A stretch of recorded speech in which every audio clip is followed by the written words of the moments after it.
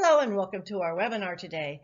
Today we're going to talk about what happens after you've done an actual deliberate detox or cleansing process and the importance of cellular rebuilding.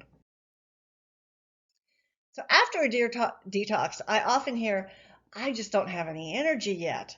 Well, I lost weight, but it came right back.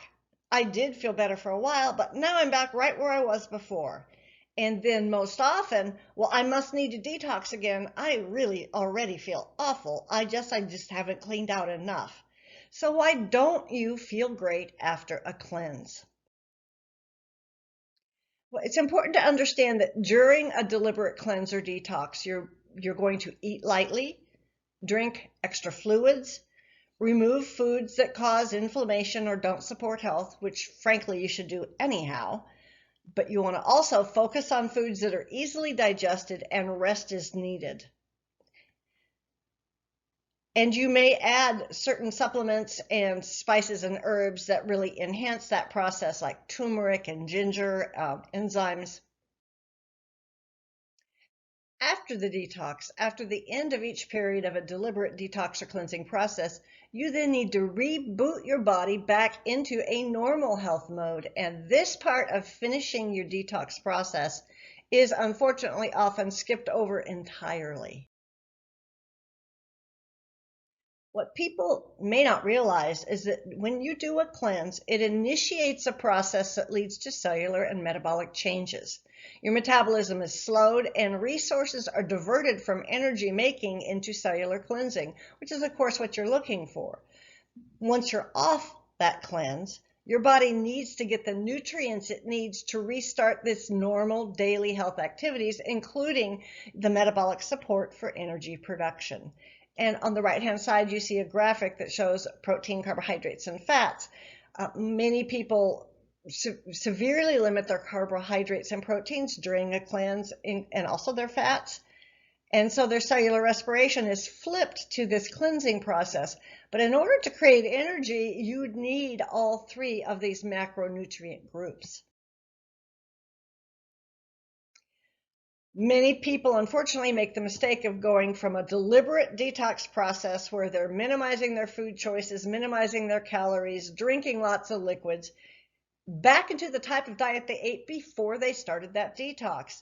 And sometimes they even indulge immediately after the cleanse because they want to reward their good behavior. And I just love this graphic because it's really a picture of what so many people do when they are finished with the cleanse. They overindulge. And it's important to realize it's kind of natural because it's human nature to crave that which we feel deprived of. And this is particularly true for foods. However, detox is a daily process. So if we go back to the same habits we had before a cleanse, we will wind up with the same health results we had before the cleanse. And I love this picture. That's me and sweets. So if you skip this portion where you rebuild and reboot your body, if you go straight from a cellular cleansing into poor nutrition, or if you just continue to focus on only eating lots of detoxifying foods, the body is left weakened, your metabolism isn't functioning at its best, and the result is low energy and fatigue. There are several metabolic regulating mechanisms: getting enough sleep, getting enough exercise. If you were doing a deliberate cleanse, you may have moderated your exercise, but you really want to get your heart pumping to get your metabolism up. Making sure you have a good routine and reduce stress. Those are two things that affect your metabolism. Eating correctly dramatically affects your metabolism. And then having some off time, some relaxation, reflection. It's very important for your metabolism reset that it knows when you're ready to rest so it can put itself into that mode. So it's important to understand that real long-lasting health benefits require us to modulate the habits that got us where we didn't want to be in the first place. It's very easy to get caught up in good and bad, and there certainly are bad choices in nutrition. There's no doubt about it. I prefer more and less because most of us are going to indulge, and the more we tell ourselves we shouldn't, the harder it is to be okay with when we do. So more of raw, fresh fruits and vegetables. That goes without hesitation. The more you can eat that, the healthier your body will be. The less you eat of processed foods cooked at high heats with lots of trans fats, the better off you're going to be. And so one of the things I want to do is really look at the functions for each group of nutrients, because right now there's a lot of diets that are trying to tell you to completely give up certain groups of macronutrients. Some of them want you to limit protein. Some of them want you to eliminate carbs. Others want you to eat almost all fat or all protein. You really need a balance, because each of these macro groups have very important jobs in your body. All three food groups, carbohydrates, fats, and proteins, provide energy, but in particular, carbohydrates are an energy source. They're also a source for certain vitamins and minerals that are very hard to get in other food groups. Fats and protein are essential for the growth and maintenance of tissue and bone, and fats in particular are essential for nerve and brain health. Micronutrients like minerals and vitamins help to maintain and regulate your cellular body processes. So the micronutrients that you're going to get in these macronutrient groups like fats, proteins, and carbohydrates, they are what make them good or bad, honestly. Minerals in particular provide structural function, your bones. Now let's look at some common inflammatory foods and their healthy replacements. Most of us are pretty aware that sugar, in particular refined sugars, are incredibly inflammatory. They affect your blood sugar, they affect your adrenal function, they affect your nerve function. Your entire body can respond with inflammatory issues when you eat too much refined sugars. And I want to also talk about fake sugars, which, if anything, are worse than regular sugar. This is just a comparison to show some of the common sweeteners that people use. On the far left, you have sweet and low. The main ingredient in that is saccharin, which is horrific. It is linked to cancers. It is currently delisted as a carcinogen in humans, probably because of lobbying by the sugar industry. I would never use saccharin. Aspartame, I consider worse than saccharin, if that's possible. It has so many complaints against it, and yet continues to be the most common non-sugar sweetener used in foods, processed foods, mostly because it is a billion-dollar seller. It has been linked to mental retardation, brain tumors, epilepsy, Parkinson's, birth defects, diabetes, fibromyalgia. It is one of the worst things we do to ourselves, in my opinion. There's sucralose, which is what is called a reversed sugar or inverted sugar. It has been changed on a molecular level to be a mirror image of regular sugar. I have pretty major responses to this myself. I can always tell when something has sucralose in it. My digestion just goes wonky within an hour or two. And of course, there are several negative issues that have been associated with inverted sugars, like atrophy of your lymph follicles and the thymus in your spleen, increased weight, lowered red blood cell. There's chlorine in sucralose, which means a large quantity, which some people do eat, can be toxic. I've seen people put as many as 3 or 4 of these in their tea or drink. Again, nothing I can recommend. Stevia. Stevia is from a plant. It is highly processed, but it's certainly a huge step above any of the other 3, in my opinion. For people who are diabetic and cannot have any kind of sugars outside of whole fruit or found in whole food, Truvia or stevia would be certainly my recommendation, along with monk fruit, which I think is even better than stevia. It is not listed here, however. And then, of course, there is sugar in the raw or regular sugar. Sugar in the raw is still processed, so that it has positive effects, I wouldn't go that far. It is better than regular white sugar, that's for sure. It does contain some of the minerals and other nutrients found in whole cane juice or whole sugar juice, but it's still processed sugar, so it's still a sweetener that can cause your blood sugars to fluctuate. What is better for you are eating whole fruits. If you have a sweet tooth, eat a piece of fruit. And personally, I don't care if it's 10 o'clock at night. Eating whole fruit, it's full of fiber, they're full of antioxidants, they are bulky, so they fill you up and leave you feeling satisfied with usually not a lot of calories. There's very few fruits that will really raise your blood sugar incredibly high, unless you have something really wrong with your pancreas. Grapes are among the sweeter, along with watermelon and orange juice, but anything that you eat that has a lot of fiber is going to slow down that blood sugar effect on your blood. And then natural sweetener sugar substitutes include date sugar, which is a much lower glycemic, so it does not raise your blood sugar as high. The same is true of coconut sugar. We've talked about stevia. It's a total replacement. It has almost no calories and does not affect your blood sugars at all. Raw honey is, in my opinion, incredibly nutritive, and I certainly recommend it for people. Molasses has a very strong flavor, and so a lot of people don't like it, but it is very healthful, lots of minerals in it. And then I personally love to use maple syrup. It is heated, obviously, to thicken the sap of the maple tree, but it's loaded with nutrients. I like to use the B or C grade, which is very dark and has more nutrients than the A grade. Let's look at some carbohydrates.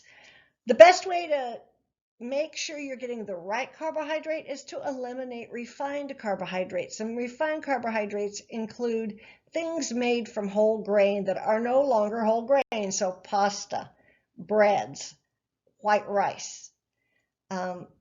Any kind of sugary drink is loaded with processed carbohydrates that are absolutely nutrient deficient. Most sugary drinks that have sugar added, have a very small amount of juice, if any at all. Sugary snacks, anything that is made, pre-made, that you buy in a box or a bag.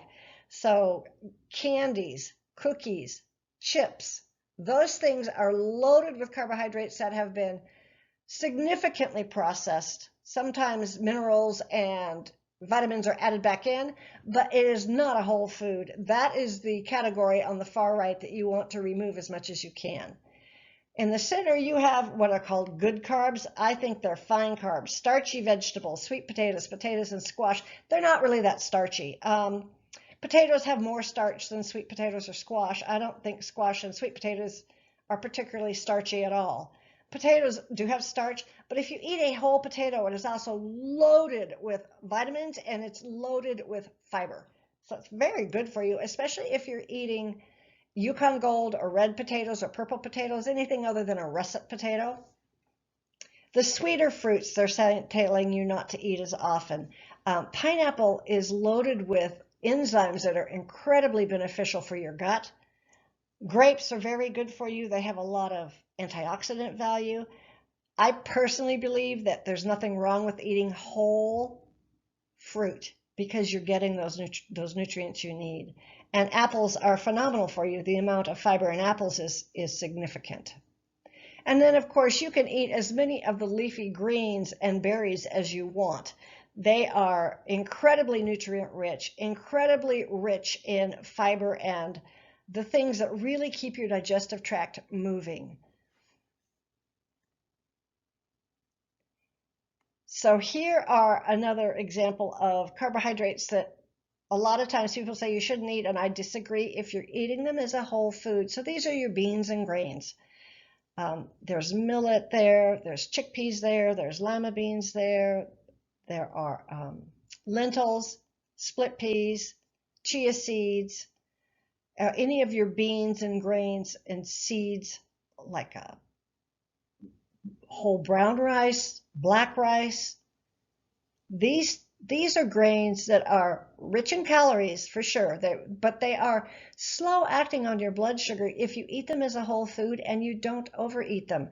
So if you have a dinner where you have a lot of sauteed or fresh raw vegetables and you have half a cup or even as much as a cup of cooked grain of some kind that's a whole grain. That's very beneficial. It is going to keep you full for hours. And the longer you stay full, the longer lasting your blood sugar stays as without dipping up or down, the more in control your appetite gets and the better your gut is, because your gut needs a rest in between meals. And eating the kinds of food that keep you satisfied for several hours is a part of that process. Let's take a look at some inflammatory fats. Obviously, you can see here on the left-hand side, you have Crisco, which is canola oil in this one, and maza, which is corn oil. So neither corn nor canola oil, in my opinion, are any good at all. They are phenomenally processed using really toxic solvents. They are clarified using bleach and heat depending on the process. Most of them are genetically modified. The organic version's not genetically modified and may not contain pesticides, but nonetheless, canola oil is not a traditionally edible oil. It is from a toxic plant that was changed back in the 1970s. It was hybridized and kind of genetically modified, not like we talk about today, but nonetheless highly changed to make it quote unquote edible. It is nothing that is good for human beings. On the right hand side, you see several foods that contain trans fats, which are fats that are basically no longer even food in any way at all, and they cause a plethora of inflammatory issues in the gut and the rest of the body. They are linked to heart disease, stroke, and a lot of other problems.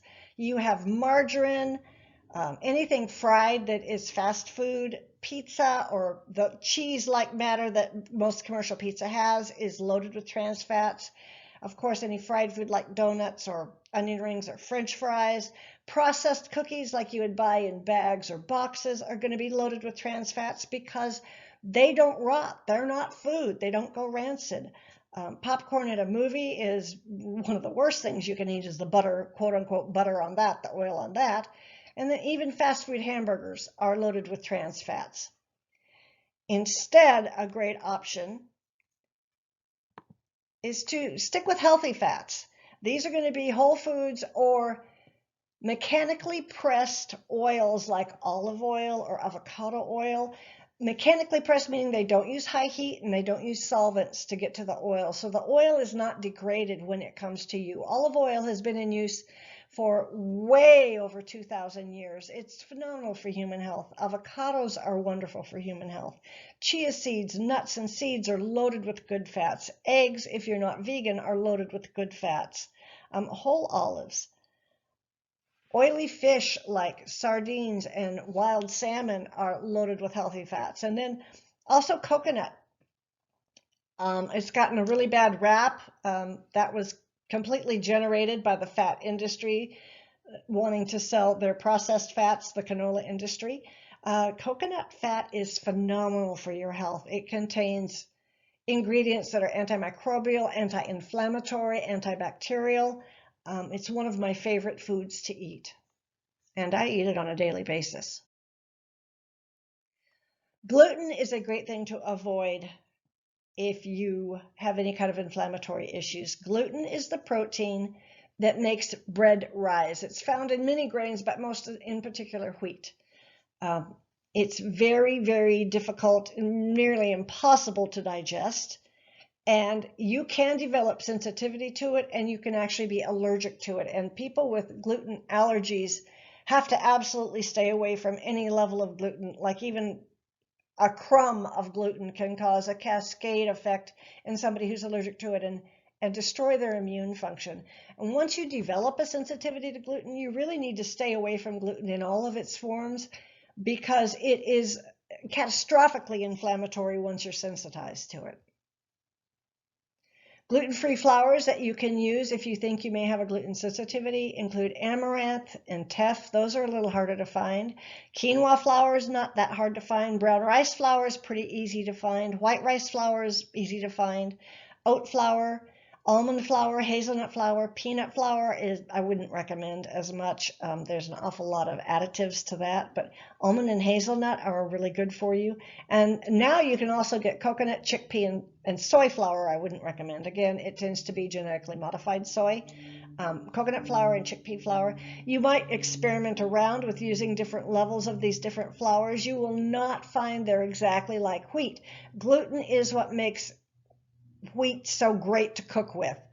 But I have made several different types of gluten-free things. My son has developed a really severe sensitivity to gluten, so I've had to learn how to do that. And I actually prefer the flavor now that I have found some combinations that work well for us.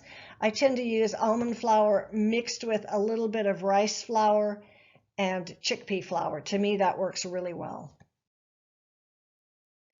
Proteins. There are good and bad proteins. Proteins are very, very long, big, complex molecules. It makes them difficult to digest. Depending on the protein you're eating, it's easier or less easy to digest.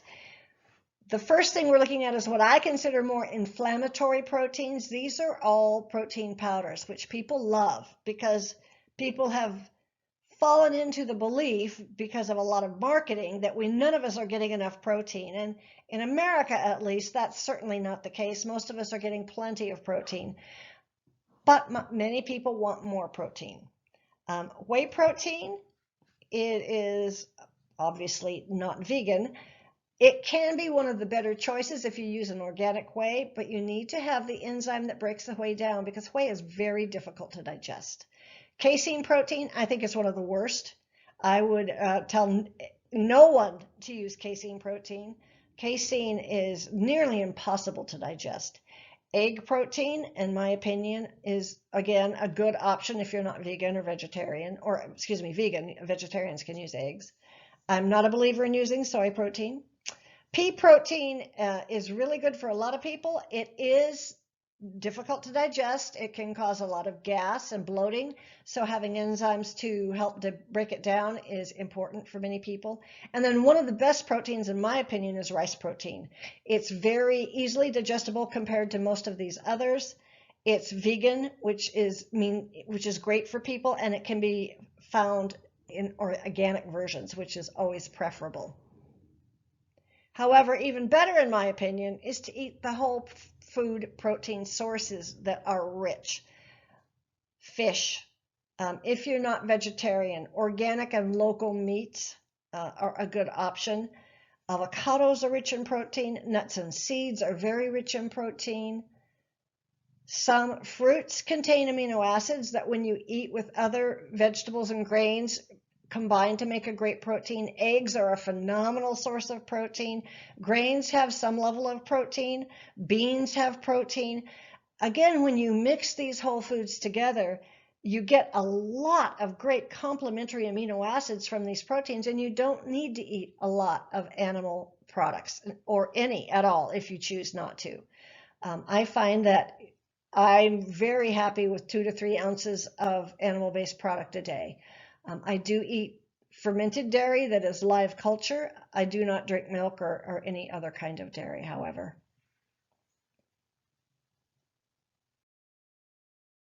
So let's take a look at some reboot tips. Eat lots of fruit, fresh vegetables and fruits. Now you're doing that anyhow if you're going through a detox, so you want to continue to eat lots of fresh vegetables and fruits. The antioxidants and fiber will help keep your detox systems running at peak performance even as you move into this reboot and get back onto a more regular diet. Do get enough protein. Free amino acids are available when you add algae and mushrooms or fungi. And free amino acids mean that you don't have to break them down because they're not long protein chains. They're just amino acids that are bioavailable. It is why I do recommend ancient foods like algae and fungi, because they're phenomenal sources of amino acids which help you get enough protein. Eat smaller portions, and if you need, a little more often. I don't believe in eating every 2 hours. The body does need a rest in between meals. However, if you have blood sugar fluctuations that are disturbing to your day, you need to get a regular source of nutrients that will help make that go away. I really don't believe in eating huge meals. This is one of the worst things you can do for your body, in my opinion, especially later in the day. So I tend to eat every 4 hours. I'm not a big snacker.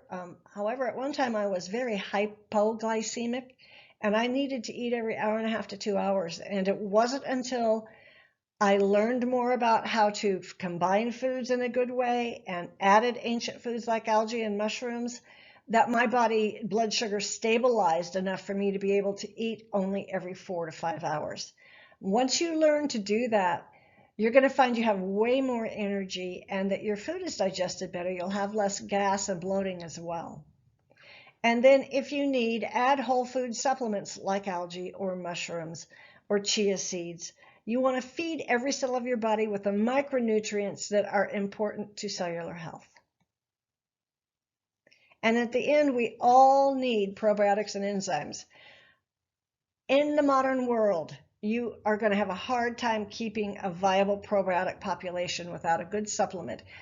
I certainly do recommend eating live culture foods, especially if you make them yourselves: pickles, sauerkraut, kimchi, yogurts, live culture yogurts. They're phenomenal for you. Adding a good enzyme is also important. You're going to find this really keeps your digestive tract in tune and running along the way you want it to. Thank you for watching this video. If you like the information in this video, or you want more information about algae and fungi and other whole food supplements, you can click subscribe because I cover all kinds of different topics, and you can also ask the person who sent you this video. And remember, information shared is better for us all, so feel free to share this with your friends. Thank you all.